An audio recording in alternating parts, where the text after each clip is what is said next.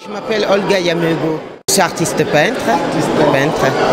Et en parallèle, je suis thérapeute et éduque-spé. Je suis née déjà au Burkina Faso et ça, c'est pas ce qu'on souhaite à son enfant. Quand c'était les vacances d'été, je ramassais la boule et j'ai créé plein de personnages, des trucs comme ça. Et puis, je suis venue vivre en France à mes 18 ans. Au début, la peinture, pour moi, il fallait que je parle beaucoup d'Afrique et que je ramène de l'Afrique ici. Donc, il y a 25 ans, je peignais avec beaucoup de matière. Je ramenais la matière première d'Afrique, la terre, la latérite, pour travailler. Puis au fur et à mesure, j'ai plus envie. Et j'ai compris que j'étais assez adulte maintenant. C'est-à-dire que j'acceptais que j'avais deux cultures, africaine et française.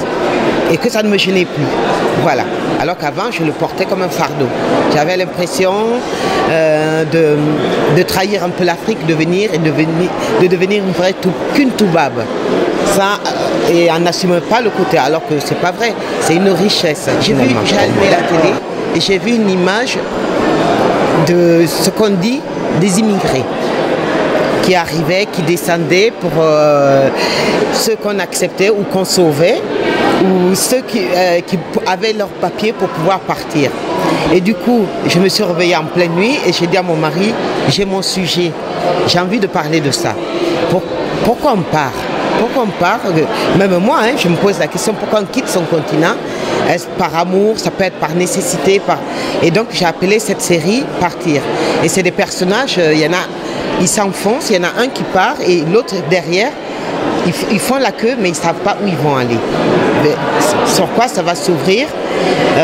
Voilà. Et j'en ai fait dans cette même série, avant de partir, puisque moi je suis à moitié sahalienne, donc dans le désert, avec des personnages floutés et sur du sable. Voilà, je parle de l'immigration, donc du fait de partir. On peut être immigré dans son cœur aussi, c'est parce qu'on ne part pas, ce que les gens, on ne part pas pour le plaisir de partir, deux fois. Pour certains, il y a des gens comme moi, j'ai un peu plus de chance, je suis venu pour le plaisir de rester là, d'apprendre d'autres choses. Mais quand on est forcé de partir et qu'on laisse, même pour une personne qui n'est pas forcée et qui part, c'est laisser une part de soi. Comment et la peur de ce qu'on va rencontrer après, on ne sait pas. C'est comme se jeter dans le vide. Mais avoir le courage de partir, tout en prenant le risque d'y laisser sa vie, de ne pas... C'est bien sûr dans l'inconnu. Exactement, exactement. Donc quelque chose qui, chaque fois, me remue les tripes et...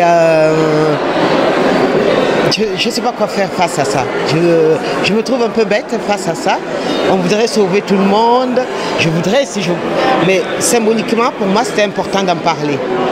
Ça dépend de l'inspiration et de mon envie d'aller jusqu'au bout. Mais sinon, ça peut me prendre du temps, comme ça peut me prendre une journée. Il y a un des tableaux, par exemple, qui m'a pris 2 mois et il est plus petit que celui que vous voyez. Et j'ai eu envie de le casser. Heureusement, mon mari l'a sauvé parce que finalement, j'en ai fait quelque chose que je trouve pas mal. Mais au début, voilà, ça dépend, on ne sait pas.